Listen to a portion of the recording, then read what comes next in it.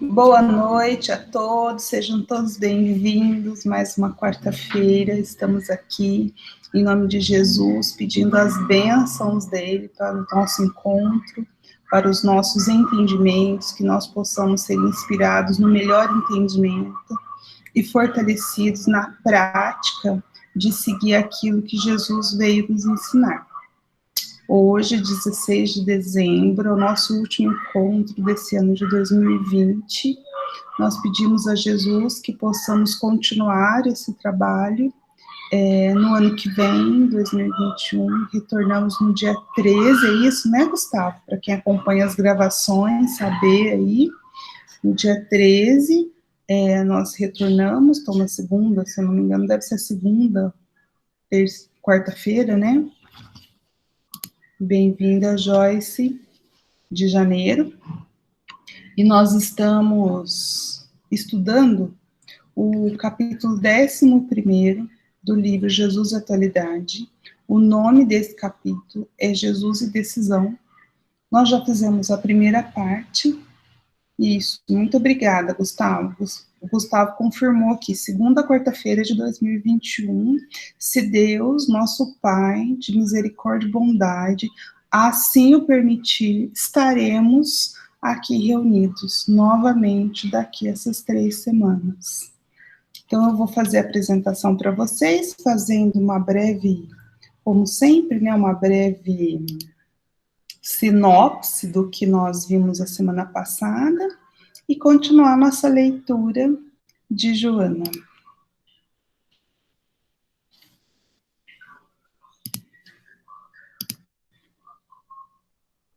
A frase de hoje que vai nos inspirar, eu queria que vocês reparassem, né, que tem alguém aí dentro do ovo, essa ideia metafórica aí dessa frase que nós vamos ler.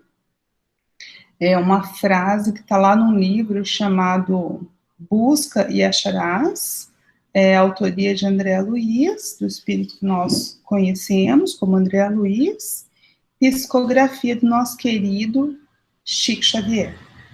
Então lá, André Luiz vai nos dizer que cada qual de nós, até que se integre na grandeza suprema, é uma obra-prima de inteligência, em processo de habilitação na oficina da vida, a caminho da perfeição. É uma forma poética que André Luiz está nos chamando a atenção para o nosso processo evolutivo e que nós estamos e que nós somos uma obra-prima da inteligência em potencial e que estamos em uma oficina, ou seja, a oficina da vida nos convida ao aprimoramento para que possamos despertar em nós esses valores que já temos em potencial. E o que isso tem a ver com o tema do capítulo, que é decisão? É que essa decisão de começar a germinar, de plantar as sementes que estão em nós para que elas floresçam em virtudes, está nas mãos de cada um de nós. Cabe a nós a decisão de plantar a semente, cultivá-la para colher os frutos. Deus já nos deu a semente, mas a decisão de plantá-la, de cultivá-la, essa é nossa. E ele nos deu o livre-arbítrio como herança. E é disso que estamos falando quando estudamos Jesus e decisão. Quais são as lições que podemos buscar nas falas e nos exemplos de Jesus para que possa pautar nossa decisão de segui-lo?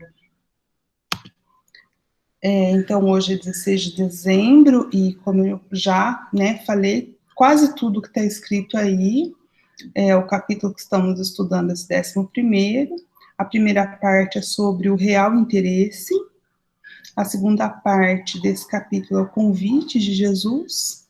Então, nós vamos terminar a parte que eu classifiquei em parte 1, o real interesse, e vamos iniciar, porque faltou só um pedacinho, e vamos iniciar o convite de Jesus. Esse é o plano de hoje, mas não terminar o convite de Jesus. O convite de Jesus vai ficar para 2021, onde faremos também a terceira parte sobre os conselhos da mentora para nós. Nessa primeira parte que nós estudamos, nós vimos de cara, Joana vai nos falar da passagem, da conversa que há entre Jesus e o jovem rico, e sobre a motivação desse jovem rico, sobre o convite que Jesus lhe faz para que ele possa segui-lo, quando ele lhe pergunta o que ele tem que fazer para alcançar, né, a salvação. Jesus lhe faz o convite para que ele possa segui-lo, e o jovem recusa. Vocês lembram disso, né? Ele recusa, ele dá uma desculpa, diz que o pai dele morreu e ele precisa estar no velório. E já a Joana já começa a introduzir nessa história as questões, os motivos possíveis, já que o Evangelho não deixa muito claro, mas quais poderiam ser os motivos possíveis para que esse jovem rico tivesse recusado o convite de seguir Jesus, né? Então ela vai falar sobre os bens materiais. Por que ela diz isso? Porque Jesus deixa entender isso no Evangelho, quando ele fala, porque não é só jovem nem só rico, é jovem e rico a pessoa que fala. E Jesus, no final, ele fala do camelo, né, que é mais fácil passar um camelo na agulha do que o rico entrar no reino dos céus. Por quê? Porque Jesus lia, né, as pessoas, os interesses, ele sabia qual era a principal motivação da escusa, né? Então, entramos numa questão sobre, aí eu fiz um destaque aqui, conforme Joana nos diz, que os bens materiais são como algemas que adiam o engajamento individual de cada um, né, na construção da vida eterna. Então, o cuidado que nós temos que ter especificamente quanto aos bens materiais. Os bens materiais não são ruins em si, são neutros, nem bons nem ruins. Mas o que fazemos deles, se nos apegamos a eles, é isso que dificulta o nosso caminho de ascensão espiritual, porque nós somos algemados por aquilo que achamos que possuímos, no caso, os bens materiais. A reflexão da semana eu inverti aqui, é só para lembrarmos, onde está o seu coração agora? Porque onde estiver o seu coração, né, lá estará o seu tesouro. Então, o que nós cultivamos no nosso coração, quais são os apegos que nós temos, para identificar quais são os nossos bens. E para isso, por que eu trouxe agora? Nós não vamos discutir agora, mas eu trouxe isso porque a leitura da continuação vai ter muito a ver com essa reflexão da semana.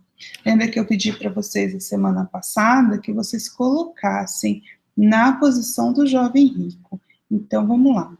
O Joana vai dizer que igualmente se pode pressupor que o rapaz, ainda ansioso da sua juventude, não estivesse disposto a renunciá-la. Tá vendo? Vai falar aqui, no caso, ela está chamando atenção para a juventude, não para a riqueza nesse momento.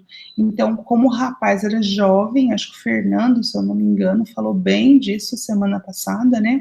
Então, como o rapaz era jovem, o que ele queria? Ele não queria perder a juventude dele. Mas a juventude também são bens materiais, porque o corpo é material, e nós não somos um corpo, nós somos um espírito que temporariamente estamos utilizando um corpo. Então, ele estava ansioso, né, da sua juventude, ele não estava disposto a renunciá-la, encontrando na justificativa, que era no caso do pai morto, uma forma nobre para evadir-se do compromisso. Olha só, então ele deu, pode ser, que a desculpa de ter que enterrar o pai fosse uma desculpa para ocultar outra intenção. Ele não queria perder a sua juventude seguindo a Jesus. Talvez ele quisesse aproveitar sua juventude e depois, quando mais velho, ele talvez fizesse isso. Será que não fazemos isso, muitas vezes, em muitos convites que a vida nos traz? Né? Uma reflexão. Os gozos materiais são cadeias muito vigorosas, tá vendo? Não são só cadeias, são cadeias muito vigorosas. E eu grifei aqui gozos materiais, por quê? Porque não são só os bens materiais, mas os prazeres que advêm da matéria. Então, também são as sensações, né? Tá vendo? Aqui ampliou, não é só o bem em si. Então, os gozos materiais são cadeias muito vigorosas, que jugulam os homens às paixões primitivas, que deveriam superar a benefício próprio, mas que quase sempre os levam à decomposição moral e à morte dos ideais libertadores. Eu coloquei aqui para chamar a atenção de vocês alguns desses gozos materiais, porque não é só o bem em si, a casa, o carro, o apartamento, o dinheiro. Então, nós temos a algema aí do dinheiro representado, uma chave, tá vendo? Uma chave ali de uma casa. Então, esses representam os bens em si, que é a imagem do centro. Mas as outras duas, vocês podem reparar que não necessariamente é um bem material. Olha só a pessoa com uma garrafinha, a menina aí, com uma garrafinha com um rapaz dentro. Nós podemos também estar presos e prender, consequentemente, ou viver na dependência do carinho, da admiração, da convivência com alguém. Então, esse é o amor verdadeiro. Eu tenho um apego, e isso é uma cadeia vigorosa. Quantos desencarnam e não querem seguir a vida, querem permanecer na Terra e sofrem muito porque querem ficar preso perto das pessoas que eles dizem amar. André. Oi? Hoje, se você olhar por aí hoje, o celular também, você está preso no celular, né? Uhum, é uma forma exatamente. de prisão. Você sai de casa, você não consegue ficar sem ele. Prisão, alienação, sabe, Gustavo? Nossa, outro dia eu fiquei desesperada, Gustavo, com esse negócio de celular, por quê? Porque o meu celular estava descarregando muito rápido. Aí eu vi na internet que tinha um jeito de. Como é que fala? Desviciar a bateria, sabe? Aí que eu fiz. Aí o que tinha que fazer? Tinha que deixar ele até o finzinho, desligar sozinho, a bateria até o fim, e deixar ele desligado por 24 horas. Me deu um desespero, gente, que vocês não calculam. Eu fiz, eu consegui. Mas assim, eu fiz, gente, por quê? Porque tudo se resolve no celular, né? Tudo. Então, assim, quando eu fiquei em desespero, eu pensei exatamente nisso que você está falando. Você viu que eu coloquei a imagenzinha da moça no celular? Por isso, é um apego. A hora que eu morrer, será que eu vou querer ficar olhando o celular, gente? Com certeza, nós vamos, né? Então, eu tô achando, Gustavo. Tem uma vez eu li uma reportagem que nos Estados Unidos você paga para ter um celular com você no caixão, se você tiver aquela doença que você... não sei o que, psia, né? Catalepsia. Esse trem. Para você ligar na funerária. Já pensou? Imagina, se você enterrado e se não tiver sinal no cemitério? Eu nem quero ver. Sem sinal, procurando sinal. Como é que faz? Você morre de infarto. Tá com o celular na mão, mas vai ter um infarto. Ou se demorar muito, a bateria acabou. Também. Então é melhor não pagar, não. Né? Mas é isso, a gente tá mesmo preso a um tanto de coisa que não é necessariamente só dinheiro. Por que eu chamei essa atenção? Foi bom que o Gustavo, né, falou também. Porque às vezes a gente fala de apego aos bens materiais, a pessoa fala assim, não, mas eu sou tão desprendido. Não, eu não ligo não, sabe? Para mim tudo bem, eu não sou ligado na casa. Mas tem outras coisas que às vezes a gente não se dá conta, mas que a gente é apegado. Então, a grande reflexão em termos do apego é isso, se coloca na posição do rapaz, do jovem. acho que o Fernando se colocou e falou semana passada, né? Então, imagina você e Jesus fala, vem, siga-me. E quando Jesus falava, vem, gente, não é assim, eu vou lá em casa me despedir, eu vou lá em casa. Não, era levanta e vem. Será que nós faríamos isso? Eu já tenho certeza absoluta, eu já tenho a resposta, eu não.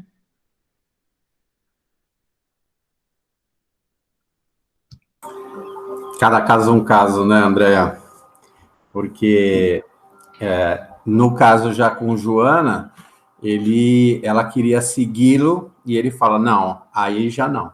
Você dá um tempo em casa, que a sua missão é lá, né? Então, você segura o facho aí, dá um tempo, né? A gente vai se encontrar, mas não agora, né? Você vai me seguir de outra maneira, né?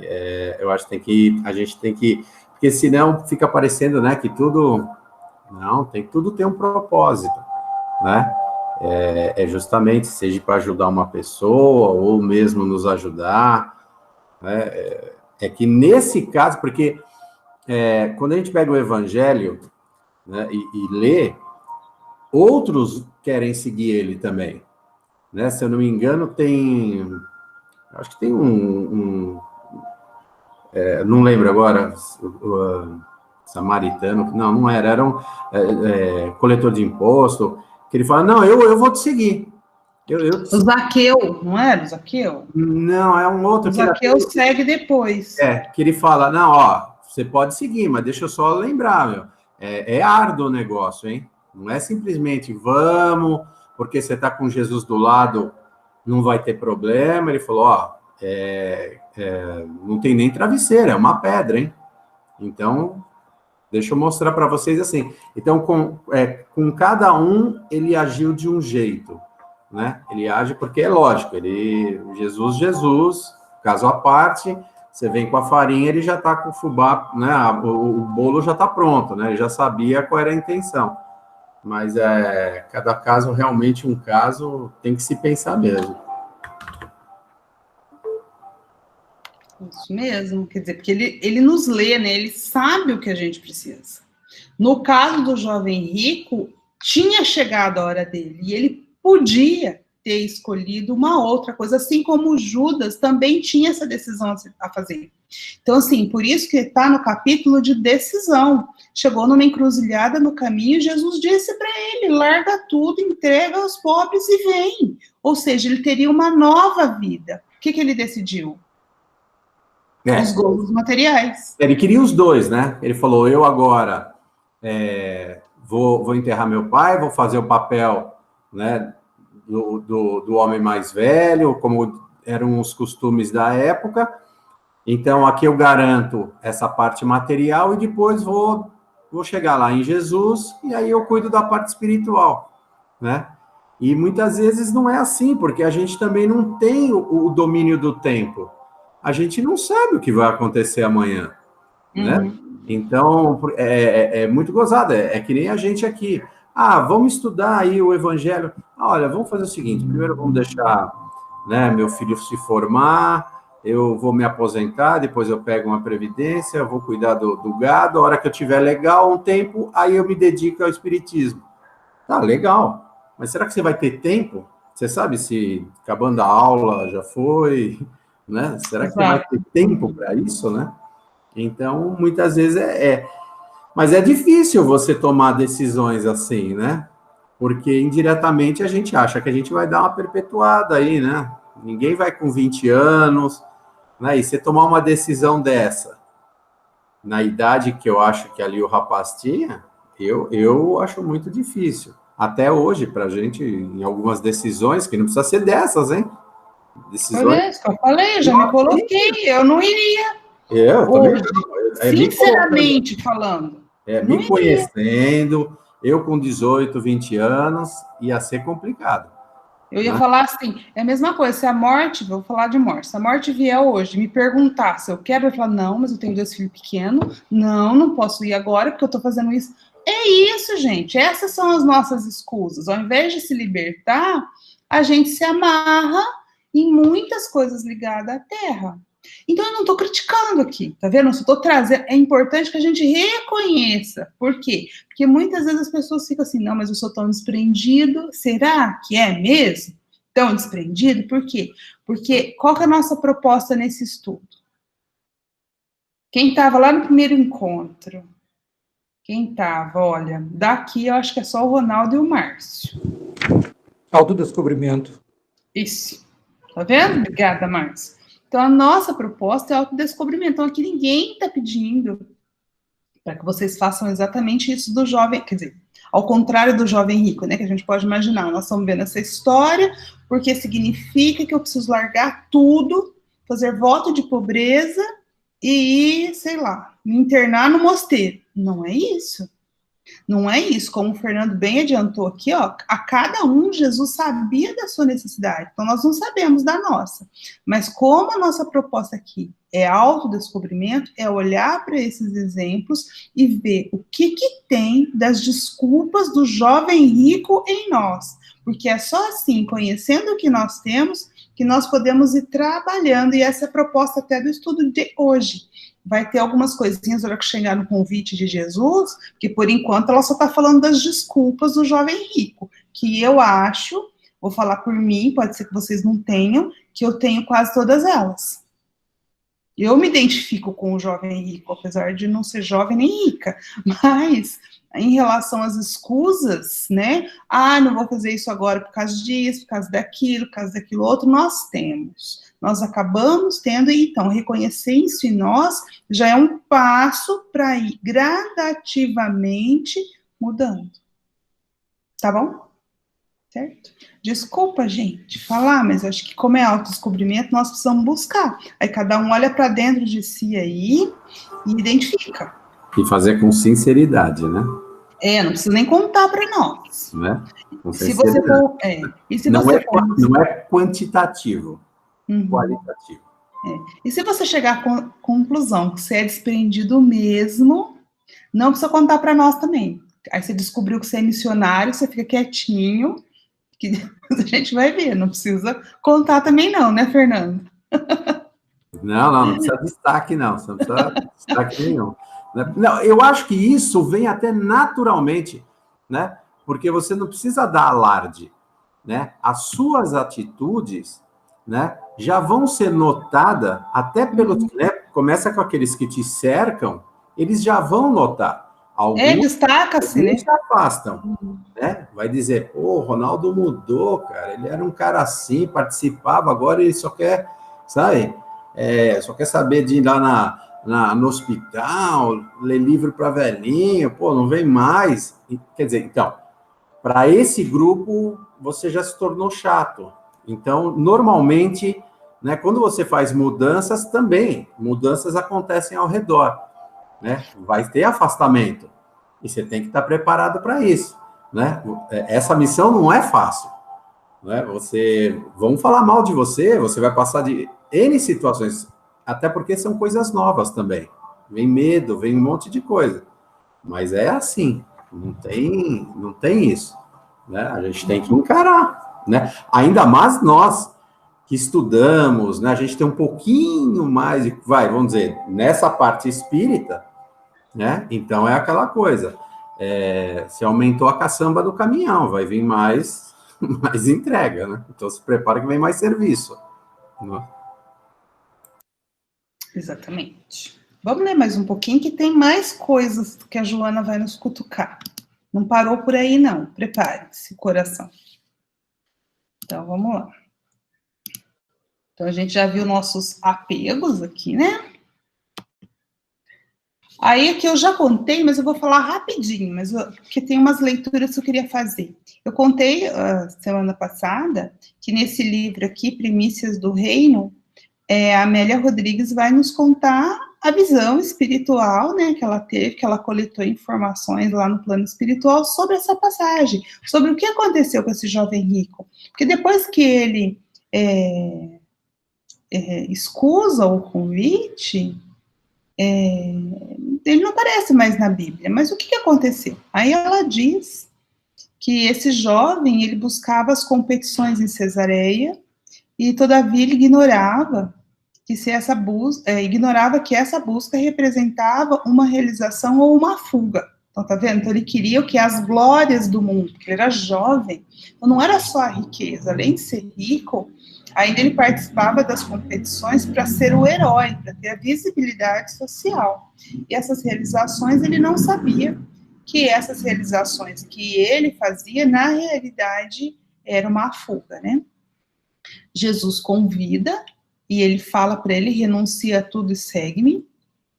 E aí ela vai comentar que a horizontalidade das aflições humanas contemplava a verticalidade da sublimação divina. O cotidiano deparava com o infinito. Olha que interessante isso, né? Que o jovem rico, na conversa com Jesus, ele olhava as aflições. O jovem rico representa a horizontalidade, ou seja, no plano da terra, as aflições que atingem todas as criaturas. Por isso, quando nós nos identificamos com o jovem rico, é isso mesmo, nós ainda estamos mergulhados nessa horizontalidade das aflições humanas, nas lutas nossas diárias na matéria.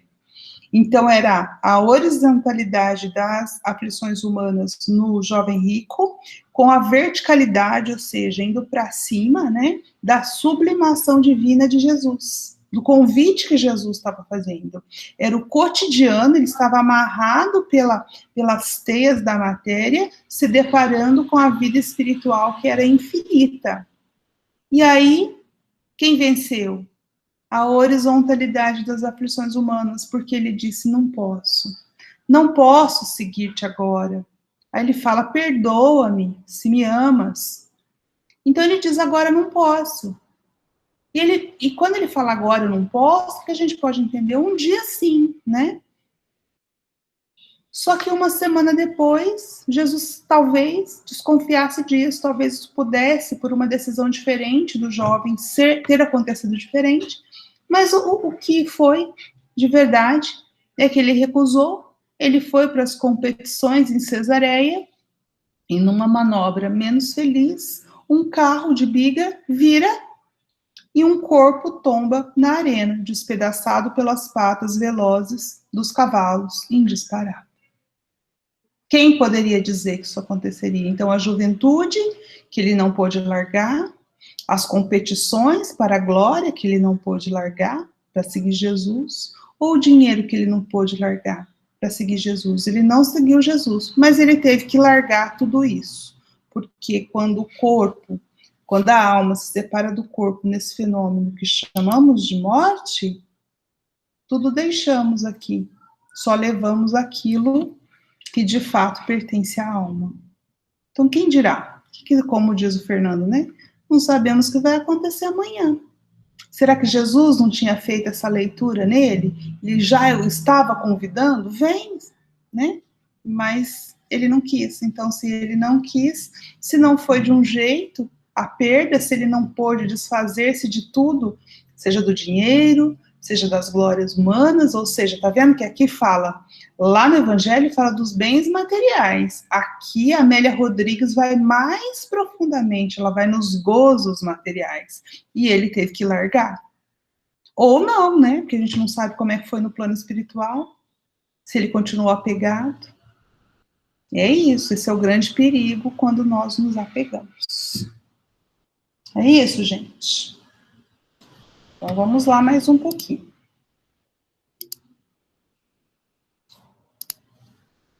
É muito legal, sabe? Eu gosto muito desse livro, Primícias do Reino, e do Boa Nova, porque eles trazem esses bastidores, vamos chamar assim, das histórias do Evangelho. É muito bacana. Se vocês tiverem oportunidade, nessas semanas aí que vocês vão ficar à toa, dá para ler esse livro, tem online.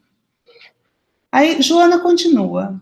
Quiçá a preocupação a respeito da nova responsabilidade causasse no candidato um receio injustificado, levando à escusa com o argumento apresentado. Olha só, quem sabe essa preocupação que ele tinha de assumir essa responsabilidade de ser discípulo de Jesus, ou seja, de ser cristão, né, que nós chamamos de cristão depois, né, Mas na época era isso, de ser discípulo de Jesus, era uma nova responsabilidade.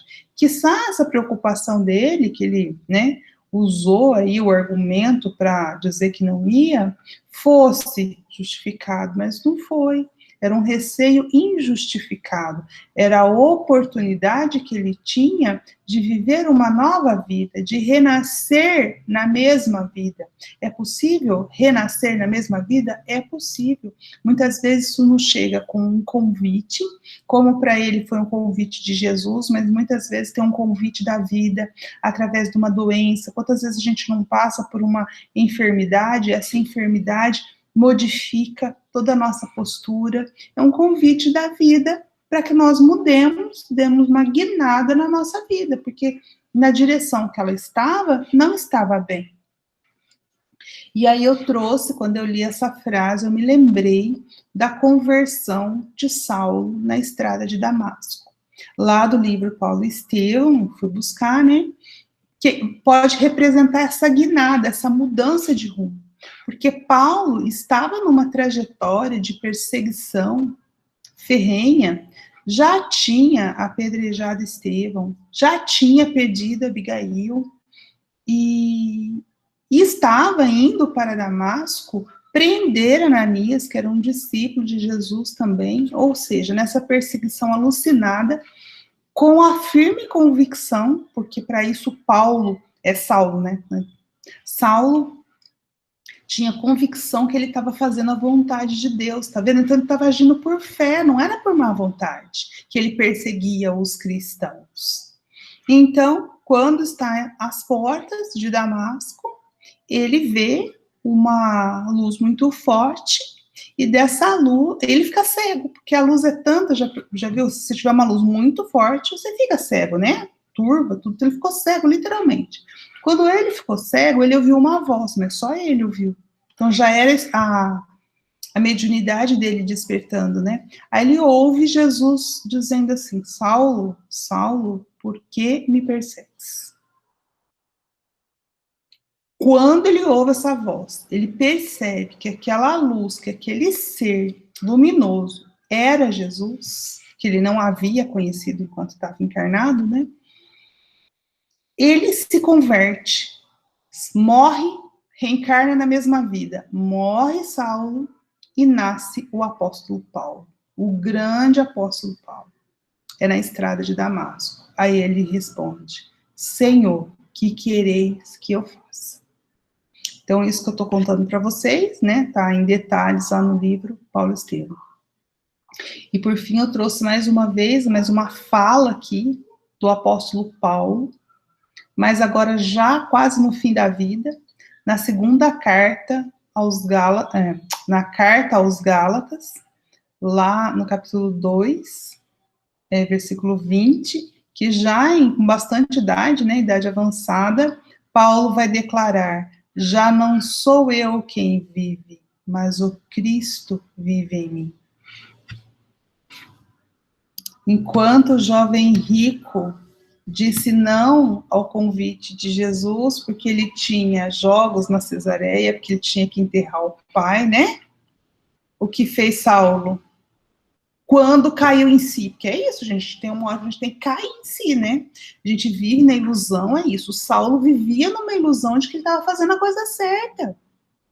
E aí, de repente, ele fica cego para enxergar, olha só, ele precisou fechar os olhos da matéria, porque a matéria estava obstruindo. Então, quando ele olha para o interior, olha o autoconhecimento, e vê a figura de Jesus chamando aquela realidade, ele não duvida, ele não fala assim, não, mas... Porque, gente, não sei se vocês sabem, vocês já leram Paulo Estevão? Um livro lindo, gente, vale a pena ler. Já leu, né? Gente, se quiser me ajudar a contar os detalhes, faz muito tempo que eu li, eu tô aqui, né, nas minhas memórias. Mas, assim, Saulo era jovem também, era rico, era de família rica, tinha um futuro promissor no Sinédrio, ele ia ser um dos sacerdotes lá, né? Então, assim, ele tinha toda uma carreira, vamos dizer assim, né? Uma carreira, porque o Sinédrio lá significava não só uma carreira religiosa, porque o Sinédrio era religioso e era político, então era uma carreira política. Então, quando ele caiu em si e percebeu que aquele que ele estava seguindo, de fato, não era aquilo que ele pensava, ele não teve dúvidas, ele não criou desculpas. Ele disse o quê? Senhor, o que queres que eu faça? É como se Jesus estivesse convidando Paulo, vem, segue-me. O que ele fez? Saiu dali, cego. Jesus fala para ele entrar em Damasco, porque lá ele encontraria quem ele foi prender? Ananias. Eu estou contando aqui, gente, mas todo mundo já leu Paulo Estevam, porque eu não preciso contar. Já leu, Renato? Já leu, Gustavo? Já leu, Valquíria? Já li, mas realmente tem que buscar as memórias aí. Então tá bom. Então não estou falando à toa, né? Eu não li ainda, não. Comprei o livro, mas eu não dou conta. A letra é muito pequena. Eu tentei, eu consegui Gustavo, audiolivro. Eu descobri agora, esse tempo atrás, dele no audiolivro. Se quiser, eu te mando o link dele. Nossa, eu tentei. Seria ideal. Fui louquinho para comprar. Comprei o livro. Na hora que eu abri o livro, comecei a ler. Nossa, mas me deu uma dor de cabeça, que é esse único OIN que eu tenho, né? Quase morri. Aí eu tive que parar. Força, né, Gustavo? Força Ou muito. então, você convida alguém para ler com você. E a pessoa lê para você. É o mais difícil, que a maioria aqui em casa, todo mundo já não enxerga direito, né? Aí, falei, não, aí eu gostei mais do audiolivro, que você volta, mas o você, audiolivro você entra mais na história. Uhum. Acho melhor. Mas, enfim. É meu próximo estudo. Isso aí, me conta quando você ouvir, né? Não vou falar, ouvir esse livro. Porque, gente, é muito bom mesmo. Mas, enfim, o que eu ia falar? Então, Paulo não escusa, como fez o jovem rico. Apesar de ter uma carreira promissora. Gente, ele briga com a família despreza ele depois que ele fala que está convertido. Ele volta lá para os amigos do Sinédrio. Eles dizem que ele ficou louco. A única pessoa que entende ele é um mestre dele que foi sacerdote no Sinédrio, que foi inclusive o mentor dele lá, que chama Gamaliel. Gamaliel aceita ouvir, né, entende, porque não sei se vocês sabem, que lá no Sinédrio são 70 sacerdotes. Gamaliel, ele estava no Sinédrio quando do julgamento lá de Jesus. Dos 70, só 2 foram desfavoráveis à condenação de Jesus. Sabe quem foi? Gamaliel e Nicodemos. Os 2. Os únicos, porque o Nicodemos é aquele que vai conversar com Jesus à noite, né? Os outros todos não, mas enfim. Aí Gamaliel, que já tinha uma tendência, né? Ele já sabia, ele entende Saulo ainda, né? Entende, e ele recomenda, sabe o quê? Pro Paulo? Alguém fez ideia? Alguém lembra? Que ele está naquela confusão, que ele quer convencer todo mundo, que ele queria convencer todo mundo que o Cristo era um rebelado. Aí ele se converte, o que ele quer agora? Agora ele quer fazer o contrário, ele quer convencer todo mundo de que o Cristo, é o Messias. E como ninguém ouve, ele vai ficando desesperado, o Gamaliel é que dá a solução para ele. Sabe o que ele fala? Ele fala assim para Paulo: isola-te no lugar, Paulo vai para o deserto, e trabalhe. O Paulo, ele tinha aprendido a tecer, a trabalhar no tear. Ele fica durante 3 anos isolado no deserto, só com o evangelho que ele tinha ganhado do Ananias. Jesus, eu acho muito engraçado essa parte, porque ele fica cego, aí Jesus fala para ele procurar o Ananias. Aí ele sai procurando Ananias. O que ele foi fazer em Damasco? Prendeu Ananias. O Ananias sabia disso. Você imagina o Ananias sabendo que o Paulo estava procurando ele. Aí que ele se escondia, né? E aí Jesus aparece para Ananias e fala: Ananias, vai lá com Saulo. Se fosse você, o que você falaria? Senhor, eu tenho que ir lá, mas ele quer me prender. Ananias não titubeou. Jesus mandou, ele foi, deu um passe no Saulo e o Saulo voltou a enxergar. Tá vendo? Esse é aqueles grandes missionários que conseguem dizer sim. Nós ainda, infelizmente, talvez dizemos sim para alguma coisa e não para outras, mas um dia chegaremos lá. Ok? Algum comentário, alguma pergunta? Essa é a nossa decisão, né? Tá vendo? É o convite para que a gente tome. Jesus não vai obrigar nenhum de nós a ser seu discípulo. Nós é que temos que decidir. Fala, Fernando. Então, sabe, eu vejo essas situações, eu lembro daquela lição da justiça, né? Para a gente se abster e ficar de longe, porque senão a gente começa a ficar julgar, né? Julgar um e julgar outro. E no meu ponto de vista, né? Passado até pela lição, depois como eu disse, são situações, eu vejo situações diferentes, né? Uma pessoa chegar agora para você e falar assim, ó, me segue. Depois essa pessoa, ela morre, fez lá um monte de milagres, e aparece. Aí parece que é meio que, né, aquela coisa do Santo Tomé, né? E não vou dizer nem que um tá certo, ou que o outro, ele foi sem pestanejar, né? Ele tinha coisas a perder, mas, pô, eu vejo, quando ele aparece para Saulo, uma situação bem, bem diferente da outra. Dentro da minha... Veja, olha, né, não quero nem entrar como júri dessa daí, não me chama para júri dessa daí. Quem eu absolveria e quem eu condenaria. Mas eu vejo situações diferentes, mas vejo também tudo isso, caso pensado pelo grande arquiteto, que são exemplos, né, vivos, para que um dia alguém pudesse tirar proveito. Nós. No caso agora, nós. Mas já se passaram 2000 anos aí, né? Dessas histórias. Muitos não aprenderam, né? Como eles também, na época deles, tiveram os outros profetas que também deram bons exemplos e acabou né? Você não cumpre né? Não entende o recado. Mas eu vejo situações bem distintas, mas lógico, exemplos para que a gente possa, né, pensar. Exatamente. Situações não vão ser iguais porque nós somos individualidades, não somos iguais, né? Mas os exemplos vão nos ajudando a saber em qual situação mesmo, né? Bom, então já temos, porque na verdade a ideia aqui é trazer esse exemplo para quê? Para que a gente saiba que ainda assim a decisão está nas nossas mãos, né?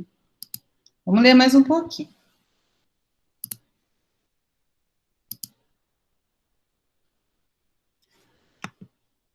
O medo de assumir compromissos graves impede o desenvolvimento intelecto-moral do indivíduo, mantendo-o estacionado na rotina despreocupada e monótona do seu dia a dia. Olha só, o que nos impede de caminhar? Porque a gente fica aqui na beira da estrada olhando a vida passar. Porque muitas vezes esse medo nos impede de assumir compromissos, como o jovem rico. Então, nós ficamos o quê? Estacionados. Esse jovem rico, dentro da trajetória evolutiva dele, ele deve ter tido outras oportunidades, outros convites, e pode ser que ele já aceitou Jesus, né? Nós não sabemos. Mas o convite aqui, ó, que nós paramos, o medo nos paralisa, mas qual é o convite de Jesus? Negue-se a si mesmo, tome a sua cruz e siga-me. Então, o convite de Jesus é movimento, é a gente se movimentar com os pesos que a gente tem que carregar, porque nós precisamos resolver e ter ombros fortes. Então, não pede para aliviar a cruz, mas peça para fortalecer os ombros. Esse é o grande convite.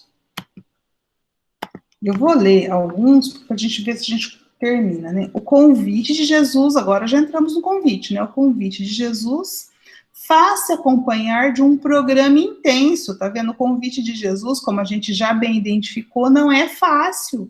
Não é fácil ser discípulo de Jesus, não é fácil ser cristão.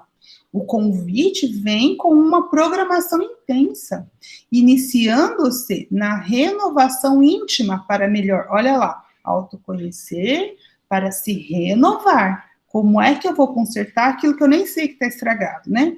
Então, eu preciso olhar para dentro, descobrir quais são os meus velhos vícios e com muito alto amor e trabalhando para essa renovação. Então, no convite que Jesus nos faz, começa pela renovação íntima, a reforma íntima que tanto a doutrina espírita nos fala.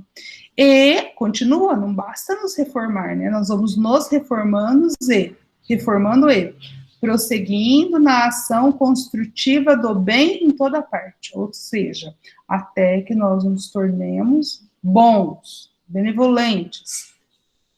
Qual é o convite de Jesus? Eu coloquei aqui, o convite de Jesus está lá registrado em João capítulo 13. Amai-vos uns aos outros como eu vos amei. Somente assim podereis ser reconhecidos como os meus discípulos. Você quer ser discípulo de Jesus?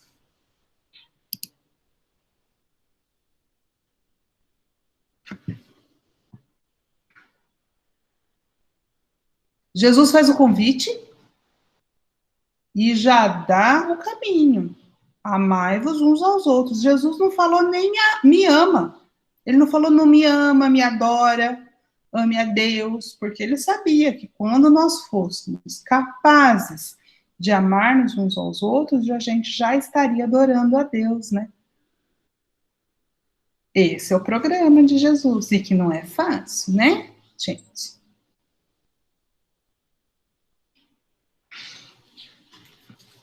Certo?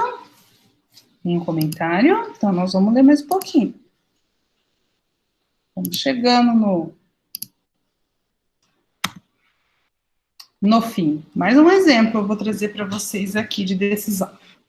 Então, a Joana vai nos dizer, em a última parte de hoje, que o medo é fator dissolvente da individualidade.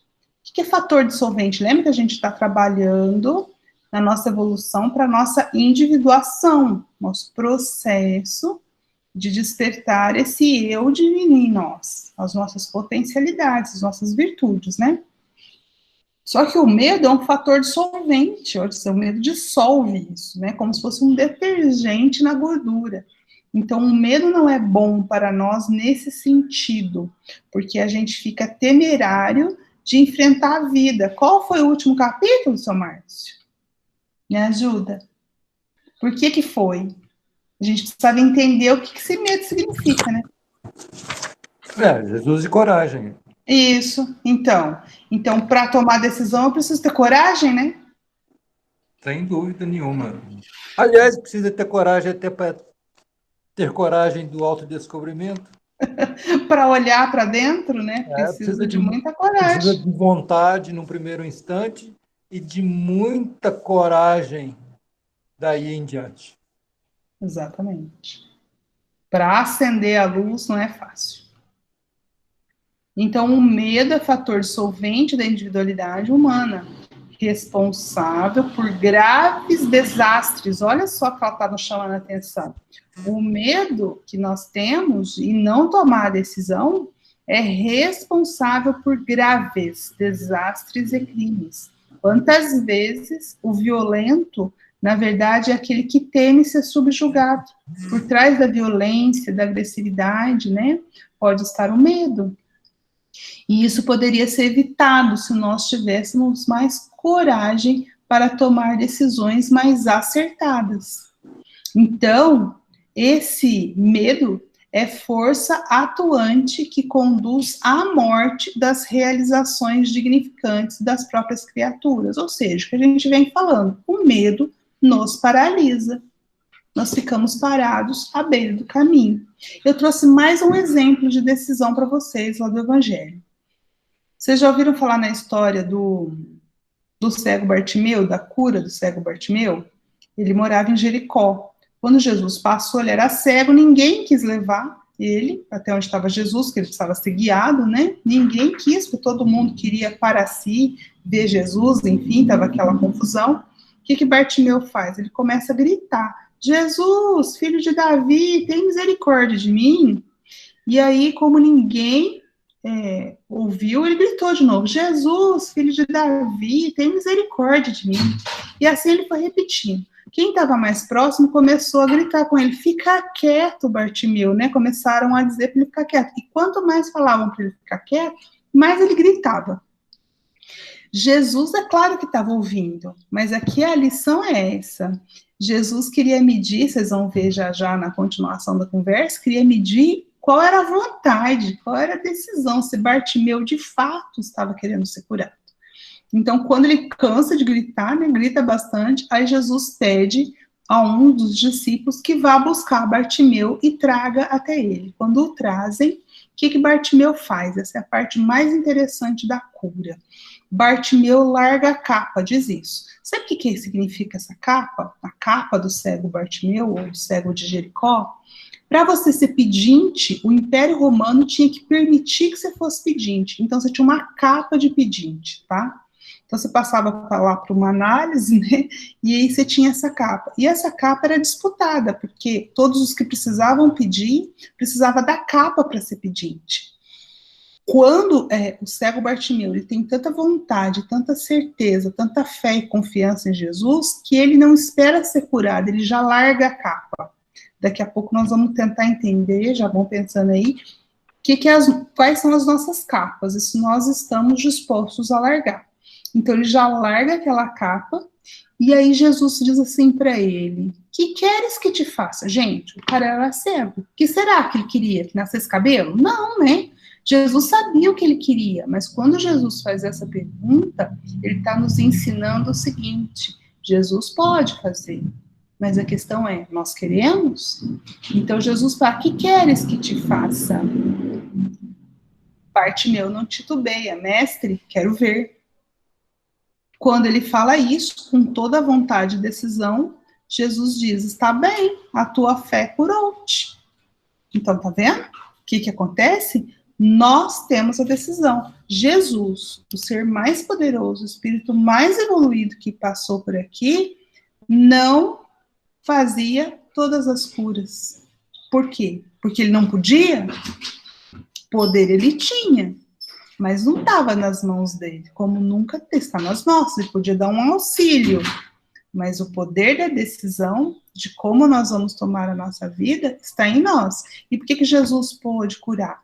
Porque Bartimeu largou a sua capa. Gente, o que é largar a capa? A capa era o sustento dele. Vocês concordam que era o sustento dele? E aí? Você está disposto a largar a capa? De novo, é de bens materiais que está falando o exemplo do evangelho, não é? De novo. Só que um era rico, tinha muito, mas Jesus pede para ele vender tudo, e o outro era pobre, mas o tudo que o pobre tinha era a capa. Então Jesus pede, na verdade, Bartimeu foi tão interessante que Jesus nem pediu. Ele mesmo largou, né? A decisão, a firmeza de Bartimeu. E foi ser feliz, né? E foi ser feliz, em paz. É isso, gente. Algum comentário dessa parte? Encerramos a leitura. Eu tenho mais um slide, mas só é meu mesmo, aí não é da Joana, só para a gente encerrar. Mas tudo bem? Alguém queria comentar alguma coisa, falar alguma coisa sobre essa parte? Concordam com a interpretação? Discordam? Viu diferente nas palavras de Joana? O silêncio reina. Então eu tô achando que vocês concordam. Oi, Márcio, pode falar. Eu não sei se você viu um texto que Fernando publicou hoje no nosso grupo, né? Vi, muito legal, muito interessante. Isso. Do Bezerra de Menezes, né? E tem tudo a ver com o que a gente está falando, explícita ou intrinsecamente falando, tem tudo a ver. Hoje o capítulo é Jesus e Decisão, e na resposta, ou no comentário, melhor dizendo, não é resposta, porque Fernando nos fez um favor de trazer essa mensagem bonita. Então,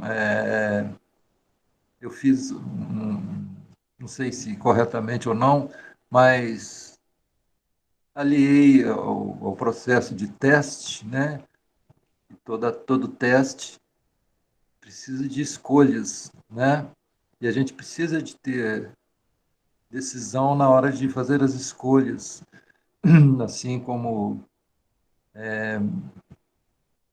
o jovem rico fez a escolha daquele momento com Jesus, né? Ele tomou uma decisão errada, ele fez a escolha errada. Não sei se de forma consciente ou inconsciente, Joana coloca isso de várias maneiras, mas isso é o nosso dia a dia. Se a gente parar para pensar, desde o momento em que a gente desperta, a gente está sujeito a escolhas. Tudo.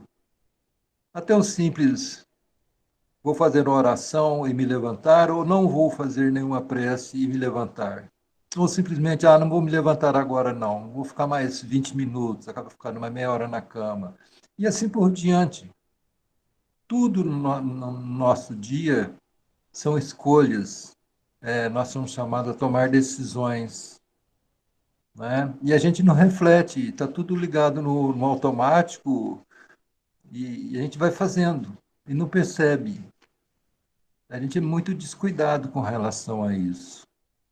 Isso vira um hábito e, às vezes, péssimos hábitos.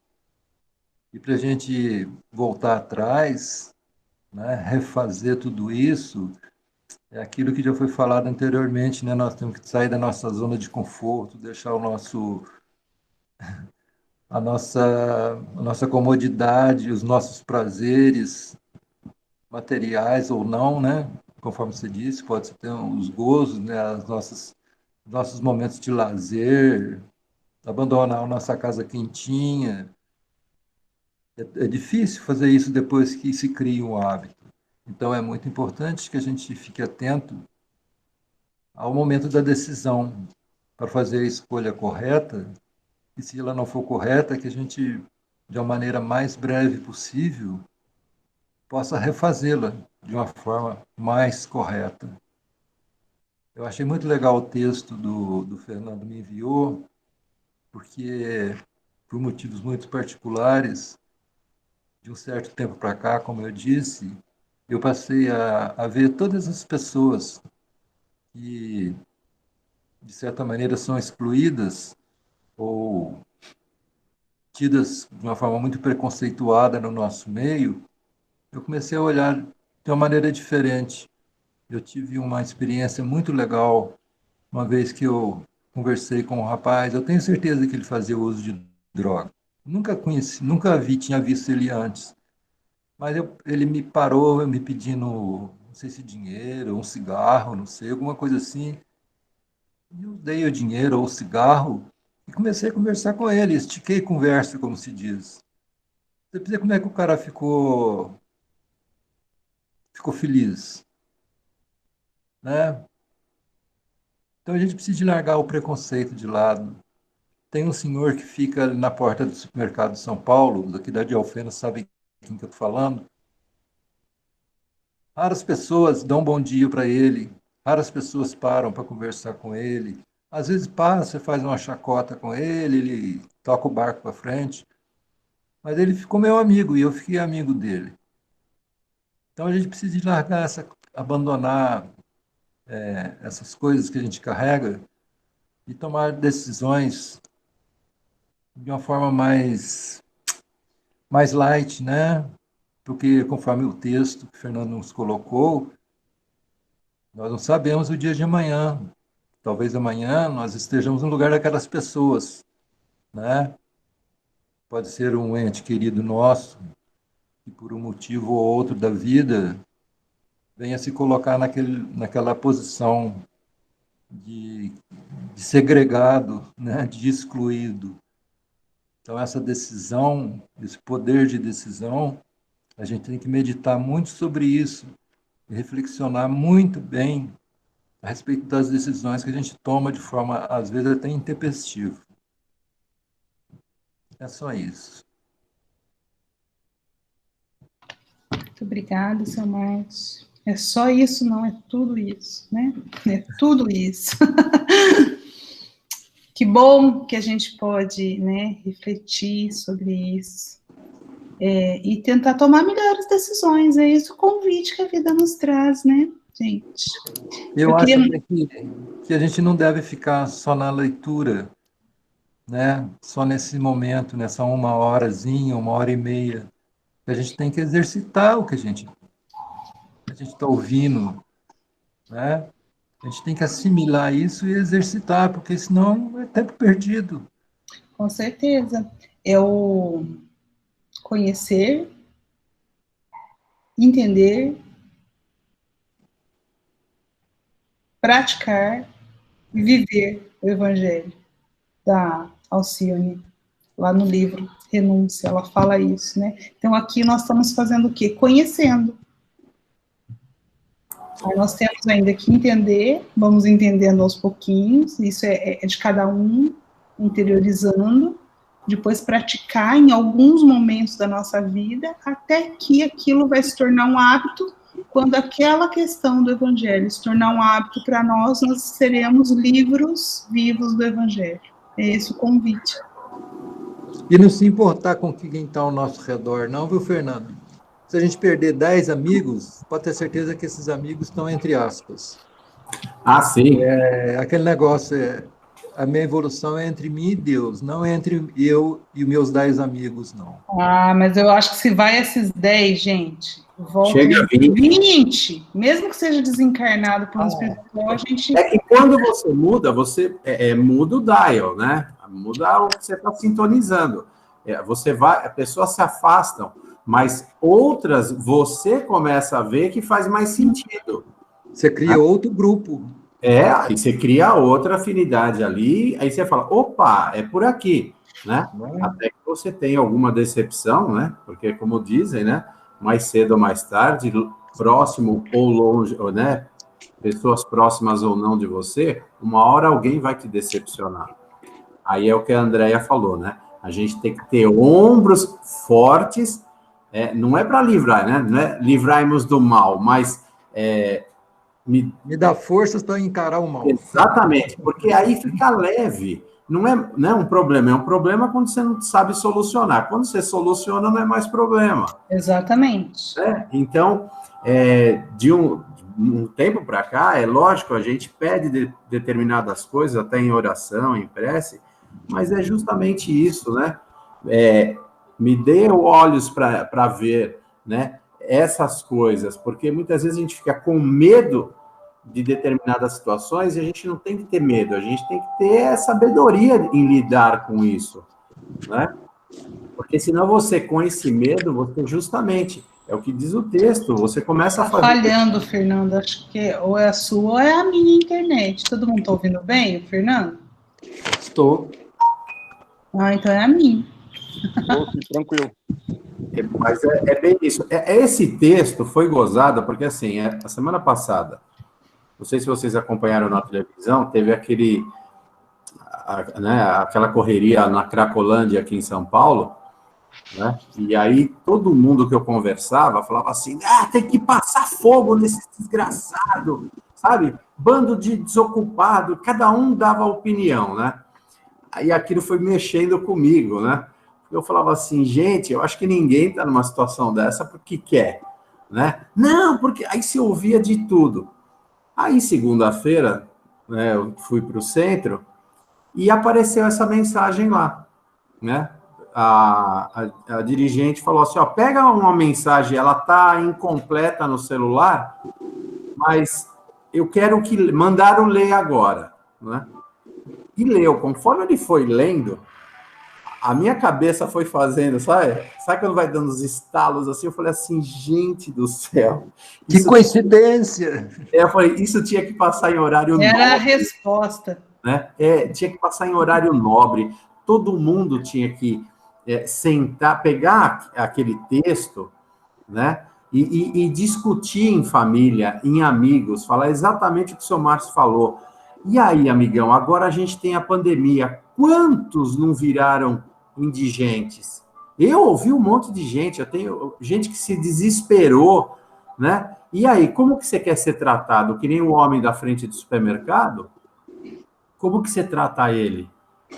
Né? Então, vai vindo exemplos. Então, é isso que eu peço, é que o meu radar esteja sempre em alerta máximo para poder captar isso e a gente poder desenvolver da melhor maneira possível, né? Porque é justamente isso.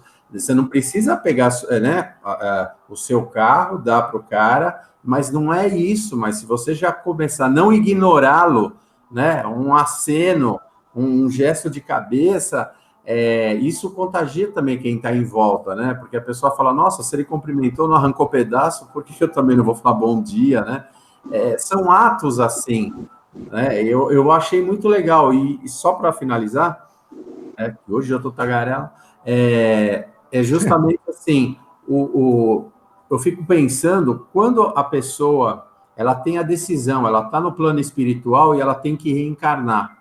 Aí tem aquela decisão assim, amigão, tá afim de fazer uma missãozinha aqui pra gente? Você vai encarnar drogado, você vai encarnar pedinte, mas é porque eu preciso dar exemplo para esse povo. Você é afim, cara?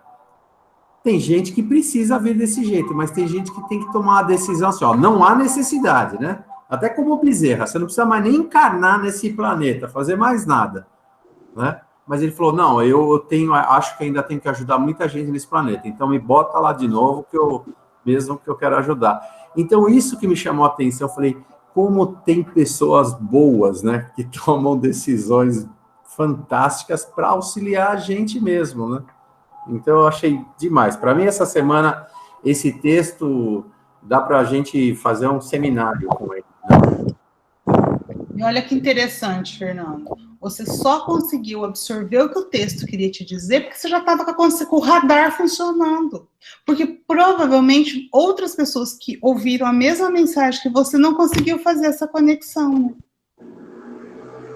É a consciência desperta. Então, é que poucas pessoas, né? Poucas pessoas mandaram alguma mensagem de volta, né? Comentando e tudo mais. O intuito não era esse, óbvio. Mas eu falei, se isso daí for passando adiante, vai despertando em alguém alguma coisa, não é possível. Seja hoje ou amanhã, né? A hora que dá aquela virada de chavinha, fala, eu já vi isso em algum lugar, deixa eu voltar, tentar achar, comenta com alguém. Mas eu achei assim, né? Lógico, o doutor Bezerra é fantástico, então mandou essa daí, e veja, hein? Está incompleta, mas já tá bom. Já deu para mexer, abalar as estruturas, só com esse pouquinho. Tem que ser em doses homeopáticas, viu? Depois, daqui uns dias, a hora que absorver tudo, acha ela completa. Nossa, agora você dá conta de ver tudo. Já não aguenta, não. Parece que é muita informação, não dá, né? A gente precisa também ter tempo para essa evolução, não é da noite para o dia, não. Exatamente. Gente, aí para a gente fechar, estamos na nossa hora. Eu fiz aqui um cartãozinho para nós. Deixa eu abrir aqui. Para nós esse, gente. Então, eu queria trazer essa imagem de Jesus, né? Menino Jesus, e dizer para vocês essa mensagem que está lá na segunda carta de Paulo aos Coríntios. Nele somos novas criaturas. Então, que a gente lembre que o Natal é para a gente fazer essa reflexão. Quão novo nós estamos sendo e entrando nesse Natal. O Natal de 2019 para o Natal de 2020. Quanto, né, nele, em Jesus, nós nos modificamos. E quanto, agora a nossa decisão, e quanto nós queremos nos modificar para o próximo Natal de 2021. Qual é a sua decisão? Feliz Natal para todos vocês.